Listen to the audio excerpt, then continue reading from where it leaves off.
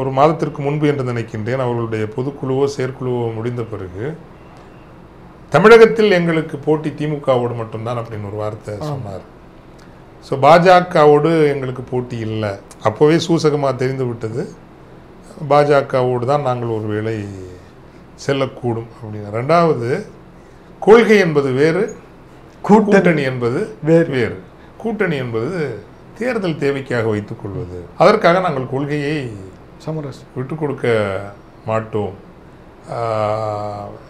அம்மனமாகிவிட்ட பிறகும் கூட அரங்கினுடைய ஆட்ட தேவைக்காகத்தான் இதை செய்கிறோம் என்று அப்பட்டமான அம்மனத்தை நியாயப்படுத்துகின்ற ஒரு செயலாகத்தான் இதை நாம் பார்க்க வேண்டும். எனவே தமிழகத்தினுடைய அடுத்த சட்டப்பேரவை தேர்தலுக்கான திசைகளும் வழித்தடங்களும் ஓரளவுக்கு தெளிவாகி வருகின்றன என்பது இப்போது நமக்கு நேற்றைய இந்த சமீபத்திய சந்திப்பில் வெளிப்படுகிறது.